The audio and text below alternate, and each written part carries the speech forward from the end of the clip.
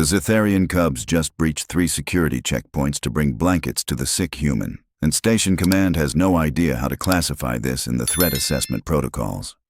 Commander Xilax stared at the security feed, his 4 eyes blinking in asynchronous patterns that betrayed his complete bewilderment. On the screen, according to YouTube analytics, 98% of viewers are not subscribed.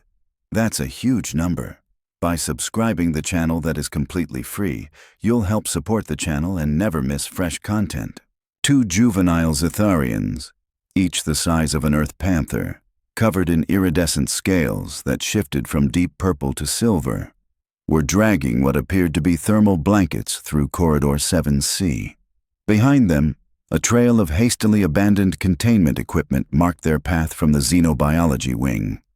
"Sir, they've bypassed the plasma locks," his security chief reported, mandibles clicking rapidly in distress.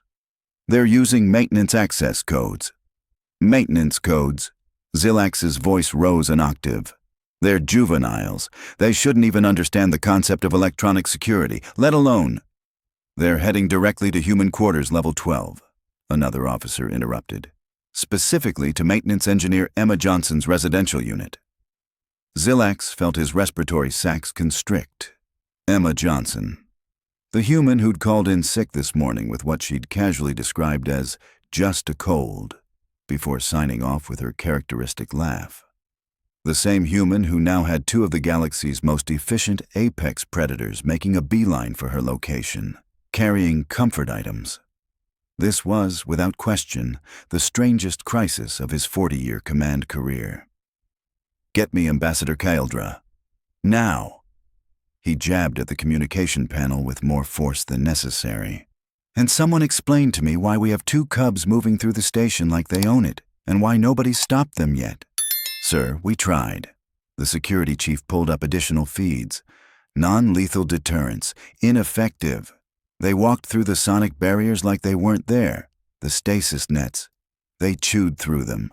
In under 30 seconds. On the screens, the cubs paused at an intersection. The larger one, station records identified her as Ryalia, tilted her head, her crest of smaller scales flaring as she processed something. Then she chirped, a sound Xilax had never heard from a Zitharian, and the smaller one, Zilar, responded with a similar vocalization. They adjusted course, taking a service tunnel that would cut their travel time in half. A service tunnel that wasn't on any official station map. A service tunnel that only maintenance personnel knew about. "How do they know the maintenance routes?" Xilax demanded. Before anyone could answer, Ambassador Kaeldra burst through the command center doors, her scales flushed with colors that indicated severe distress. Behind her, 2 adult Zitharians, clearly the cubs' parents, followed with their heads lowered in what might have been embarrassment or concern. It was hard to tell with Zitharians. "Commander," Kaeldra said, her voice tight, "I must apologize for—" "Ambassador, your cubs have escaped containment and are currently delivering blankets to my sick human engineer. I need you to explain, in very simple terms, what, in the name of the Galactic Council, is happening." Kaeldra's scales rippled through several color patterns Xilax didn't recognize. Her mouth opened, closed, then opened again. Commander, I have no explanation. This behavior is unprecedented." "Unprecedented? In 300 years of documented Zitharian civilization," Kaeldra said slowly, as if she herself couldn't believe the words. "We have never recorded cubs exhibiting caretaking behavior. Zitharians are solitary hunters. We don't form attachments. We don't—" She gestured helplessly at the security feed, where Ryalia was now carefully adjusting her grip on a blanket to avoid tearing it with her claws.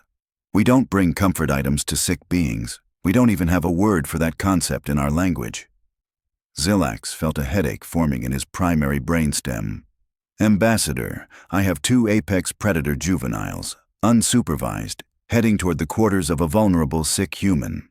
If something happens to her—" "Nothing will happen to her." This came from one of the parent Zitharians, his voice a deep rumble. "They won't hurt her. They're protecting her." "Protecting?" Zilax repeated. Zitharians don't protect other species. You barely protect your own cubs beyond basic survival teaching. Correct. The father's scales showed patterns of confusion. We don't understand this either. 3 hours ago, Relia became agitated. She kept vocalizing, making sounds we've never heard before. Then, Zelar joined her.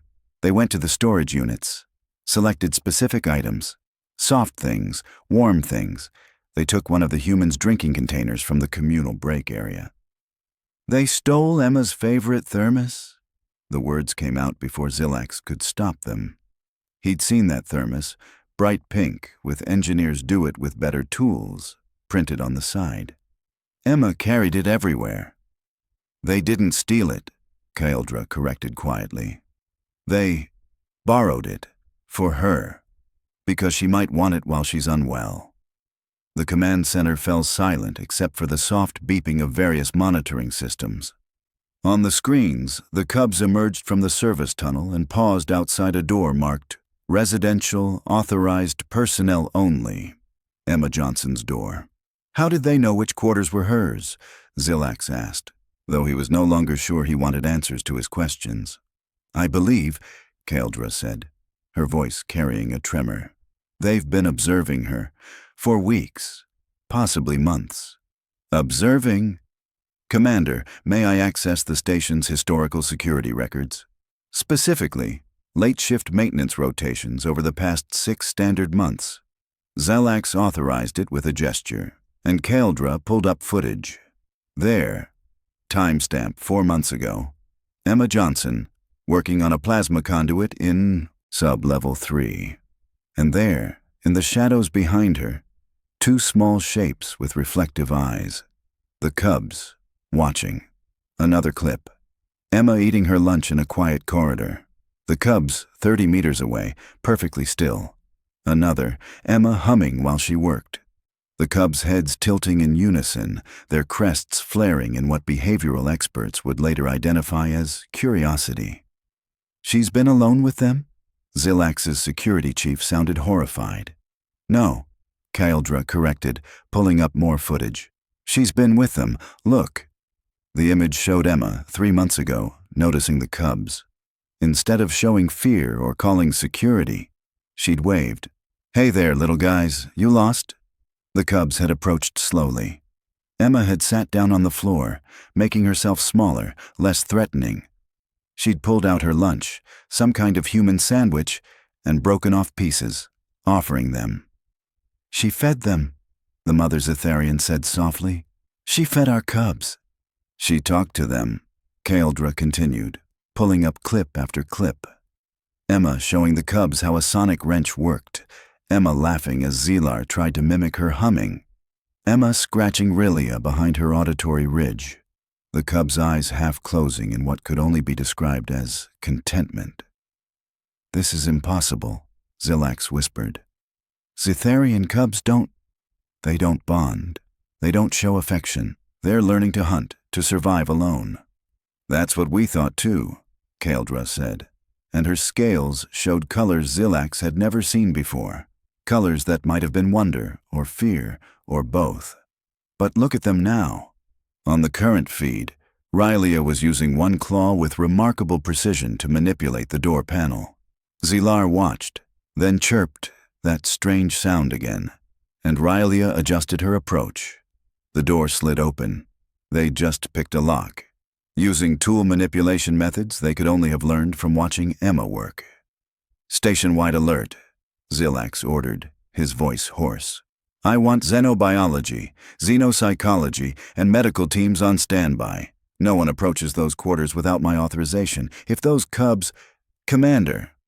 Kaeldra's voice was steady despite her obvious distress. Permission to speak frankly? Granted.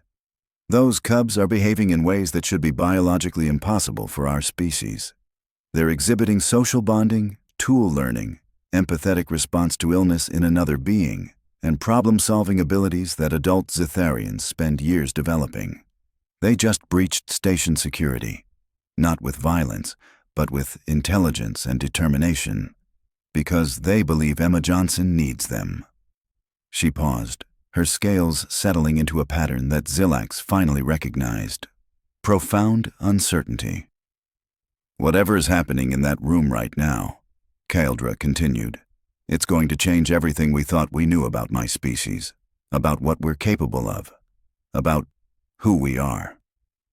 On the security feed, the cubs entered Emma's quarters, blankets and Emma's thermos carefully clutched in their jaws, their movements gentle and purposeful.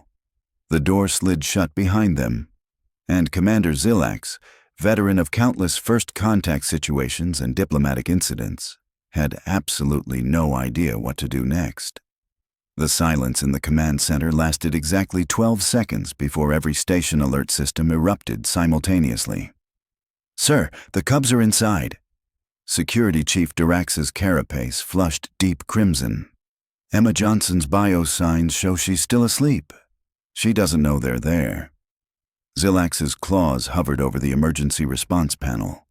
One press would flood Emma's quarters with knockout gas calibrated for Zetharian physiology. It would also probably give the human a very unpleasant awakening, assuming it didn't interact badly with whatever Earth medication she'd taken for her illness. "Hold!" Ambassador Kaeldra moved to his side, her voice urgent. "Commander, please, look at the visual feed." Xilax pulled up the internal cameras and froze. Rylaya was moving through Emma's quarters with a delicacy that should have been impossible for a creature designed to tear through 6-inch battle armor. She approached the human's sleeping form. Emma was curled up on her bed, covered only by a thin sheet, and carefully, so carefully, began draping one of the thermal blankets over her. Xylar, meanwhile, had placed Emma's pink thermos on the bedside table, adjusting it twice to get it perfectly positioned. Then he retrieved what appeared to be a small, worn stuffed animal from his own carrying pouch, a toy that station records indicated was his most prized possession, and placed it next to the thermos. "He's giving her his comfort object," Kaeldra whispered, her scales cycling through colors faster than Xilax could track. "Zetharian cubs don't have comfort objects. We don't have the psychological framework for attachment to inanimate objects. But he has one, and he's giving it to her?" Emma stirred slightly, and every being in the command center tensed. The cubs immediately went still, their scales shifting to match the ambient colors of the room, a camouflage reflex. But they didn't flee. They waited, watching her with an intensity that seemed less predatory and more concerned. "Get Dr. Jotaro up here," Xilax ordered. "I don't care if he's in the middle of his regeneration cycle. I need our xenobiology expert to explain what I'm seeing." "Already on my way, Commander." Dr. Jotaro's voice crackled through the comm, slightly slurred from interrupted sleep. "I've been monitoring the situation from my quarters, sending preliminary observations now." Data flooded Xilax's display. Heat signature analysis, behavioral pattern matching, neurological activity scans that the station's sensors had picked up from the cubs. "This is impossible." Jotaro's voice carried a mix of excitement and disbelief. "Commander, the cub's brain activity shows patterns consistent with what humans call empathy. They're mirror neurons, structures we thought were vestigial in Zetharians, are firing at levels I've only seen in highly social species." "Meaning?" Xilax demanded. "Meaning they're not just aware that Emma is sick. They're distressed by it. They're experiencing something analogous to worry or concern or love," Kaeldra finished softly. "They love her." The mother Zetharian made a sound like breaking crystal. "That's not possible. We've never." "Apparently, we do." Kaeldra's voice was steady, but her scales told another story. "Or at least we can, under the right circumstances." On the feed, Emma rolled over, her arm flopping out from under the new blanket. Immediately, Rylaya adjusted the covering, tucking it gently around the human.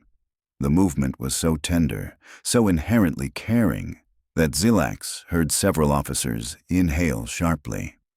"They've been learning from her," Jotaro continued, now visible on the screen as he jogged toward the command center, his multiple limbs carrying data tablets. "Commander, I've reviewed the historical footage Ambassador Kaldra accessed. Emma Johnson didn't just feed those cubs or show them maintenance procedures.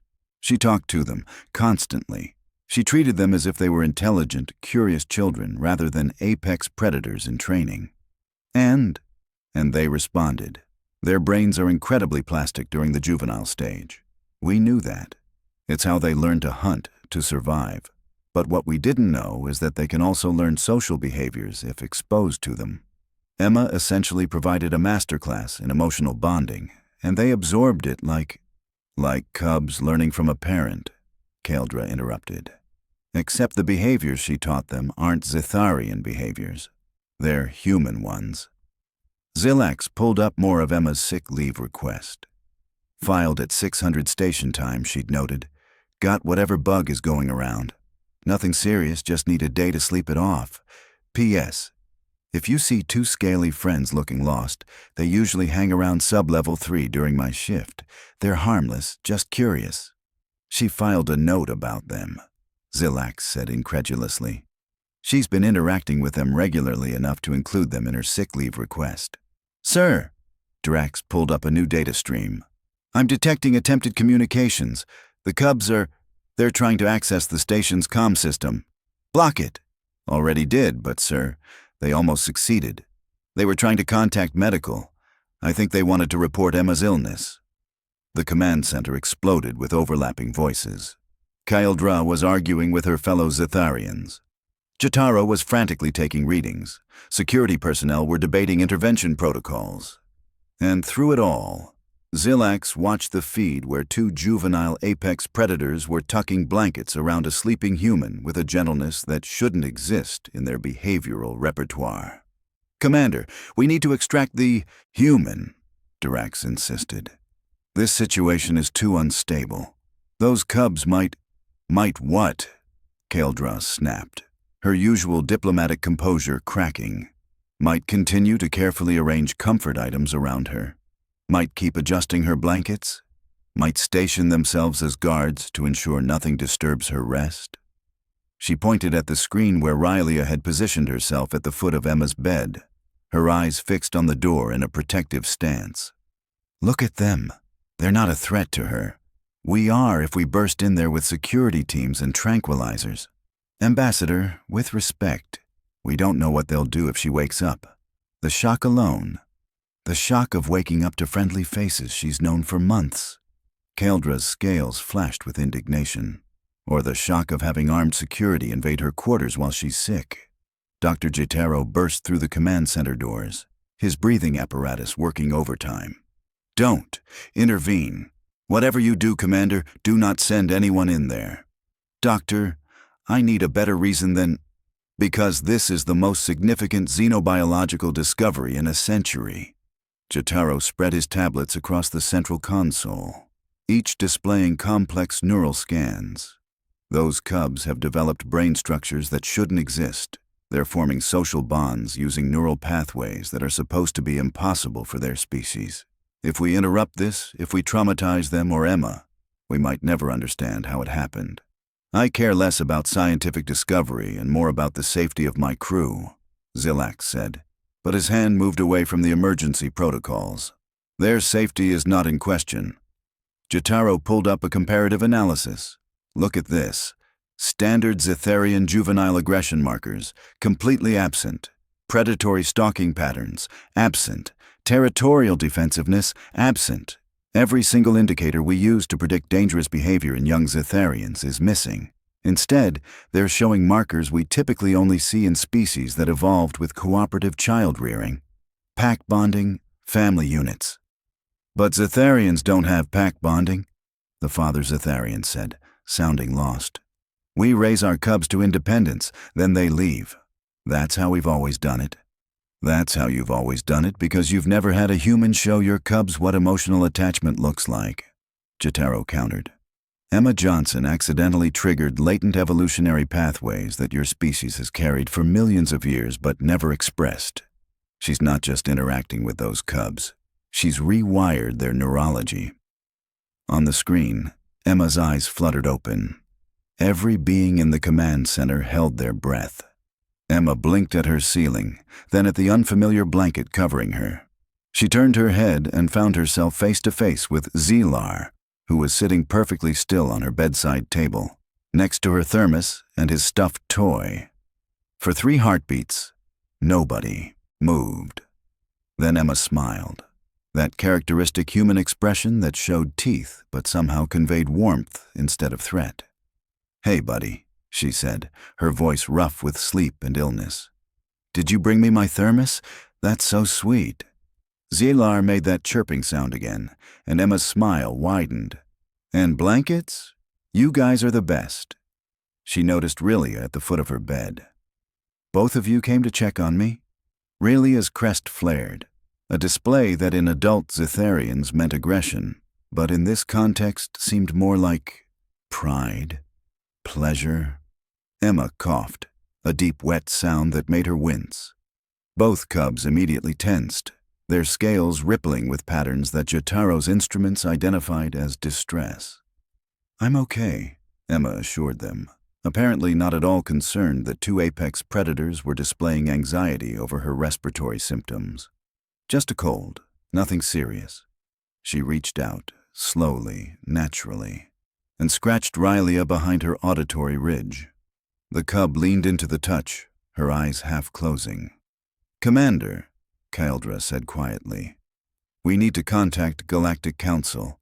This changes everything."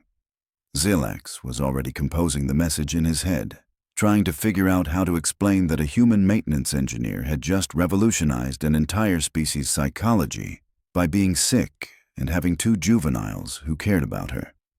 On the screen, Emma was now sitting up, wrapped in the cubs' blankets, telling them both what good friends they were while they vibrated with that strange, chirping purr that no adult Zetharian had ever produced. "Get me Council Priority Channel," Zilax ordered, "and someone start drafting new protocols for interspecies emotional development. Apparently, we're going to need them." The Galactic Council's emergency Xenopsychology team materialized via quantum link 30 minutes later, their holographic forms flickering around the command center with varying degrees of bureaucratic impatience. "Commander Zilax, your report claims that Zetharian juveniles are exhibiting social bonding behaviors." The lead psychologist, a Valorian named Sinara, adjusted her sensory apparatus with obvious skepticism. "You understand this contradicts 3 centuries of established xenobiological research?" "I understand that, Counselor. I'm watching it happen anyway." Zilax gestured to the live feed. On screen, Emma was now sitting cross-legged on her bed, wrapped in multiple blankets, explaining the concept of chicken soup to 2 utterly fascinated apex predators. Sylar had his head tilted at an angle that suggested intense concentration, while Rylia was attempting to arrange Emma's pillows into a more supportive configuration. Soup is basically just warm liquid with stuff in it, but it makes you feel better when you're sick. It's a comfort food thing. Emma paused to cough. Both cubs immediately pressed closer, their body heat adding warmth. "Aw, thanks, guys. You're like little heating pads." Sinara's skepticism visibly crumbled. They're thermoregulating for her benefit. Zetharians are cold-blooded. They should be conserving their heat, not sharing it." "Should be, yes," Dr. Jataro agreed. "But these cubs watched Emma share her lunch for months. They learned that sharing resources with pack members is normal behavior. Now they're applying that lesson." "Pack members?" Another council member, a gaseous being whose name Zilax couldn't pronounce, rippled with confusion. "Zetharians don't form packs." "These 2 do," Ambassador Kaeldra said quietly. "With a human, who they've apparently decided is their—" She struggled with the word. "Their family." The Zetharian High Command had joined the quantum link minutes earlier, their collective presence adding weight to the already tense atmosphere. High Commander Vex Thul, a scarred veteran of countless campaigns, spoke with carefully controlled emotion. "Ambassador Kaeldra, please confirm. Are you stating that Zetharian cubs are capable of familial bonding?" "I'm stating that these cubs are displaying it, sir. Right now, with a human maintenance engineer who treated them with kindness. On the feed, Emma video called the command center, apparently having noticed the 17 missed emergency notifications on her personal comm. Her face filled the secondary screen, looking confused and slightly annoyed. "Hey, Commander. Sorry I didn't answer earlier. I was asleep. Is everything okay? Did I miss something important?" Every eye in the command center turned to Xilax. "Engineer Johnson," he began carefully. "You have 2 Zetharian cubs in your quarters." "Yeah, Rilia and Zilar. They brought me blankets. It was really sweet." Emma shifted her camera to show both cubs, who were now engaged in what appeared to be a competitive blanket arranging contest around her. "They're keeping me company while I'm sick. Is that a problem?" The command center fell silent.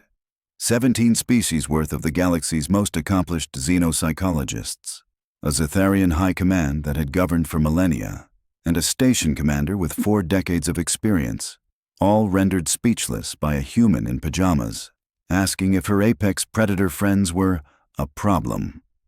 "Engineer Johnson," Sinara spoke first, her voice carefully controlled. "How long have you been interacting with these cubs?" "Oh, maybe 4 months. They started showing up during my night shifts. Curious little guys." Emma scratched Rylia under the chin. The cub's scales shimmered with contentment. "They like watching me work." "And you didn't think to report this?" Xilax tried to keep the exasperation from his voice. "Report what? That I made friends?" Emma laughed, then coughed. Zilar immediately pressed against her side, offering warmth. "Thanks, buddy. Look, they're not hurting anyone. They're sweet, smart too. Rylia figured out how sonic wrenches work just from watching me. She taught them tool use," Dr. Jataro muttered, making frantic notes. Casually, during lunch breaks, High Commander Vex Thul leaned forward in his holographic projection. "Human Emma Johnson, do you understand what you have accomplished?" Emma blinked. "I fixed the plasma conduits on level 7? You have triggered neurological development in Zetharian cubs that we believe to be biologically impossible," Vex Thul said. "You have taught them to bond, to care, to love." "I mean, I just talked to them, shared my sandwiches?" Emma looked genuinely confused. "They're kids. Of course they can learn and feel things. Why wouldn't they?" The simplicity of her statement hit like a shockwave. "Because," Kaldra said softly, "we never treated them as if they could. We raise our cubs for survival, for independence. We teach them to hunt, to fight, to endure alone. We never thought to teach them connection." Emma's expression shifted to something that might have been sadness. "That's really lonely. For everyone." "Yes," the mother Zetharian said, her voice cracking. "Yes, it is." On screen, Rylia climbed fully onto Emma's bed, curling protectively around the human. Zylar chirped and joined her, creating a warm, scaled cocoon around their sick friend. "They're protecting me," Emma said, wonder in her voice. "They came all this way because they knew I was sick and they wanted to help." "They breached 3 security checkpoints," Xilax confirmed, "for blankets and my thermos." Emma's eyes were suspiciously bright. "That's the sweetest thing anyone's ever done for me." Sinara made a sound that might have been a laugh or a sob. "She revolutionized a species with kindness, and she thinks it's normal." 3 weeks later, Emma returned to her maintenance shift to find her workspace had been designated Interspecies Social Development Zone Alpha. Rylia and Zilar, now officially her assistants, handed her tools with surprising accuracy, while she worked on a stubborn coolant line. "Socket wrench," she said absently. Zilar placed it in her hand. "Thanks, buddy." The station had changed. Zetharian parents now brought their cubs for human-style socialization sessions. Emma taught them about feelings during her breaks, explaining concepts like hugs and comfort to species that had never had words for either. Ambassador Kaldra stopped by, her scales showing colors Emma had learned meant contentment. "The High Command has officially revised our child-rearing protocols," Kaeldra said. Because of you. Emma tightened a bolt. I just hung out with some kids who needed a friend. You changed our entire civilization's understanding of our own capacity for love. Well, when you put it that way. Emma grinned as both cubs tried to help by pressing buttons on her diagnostic panel. Stop that. You'll recalibrate the... Okay, too late. Guess we're doing this the hard way. Commander Zillax, watching from his office, updated Emma's file. Revolutionized xenopsychology through sandwich sharing and basic decency, recommend promotion, and maybe a manual on which species to befriend next.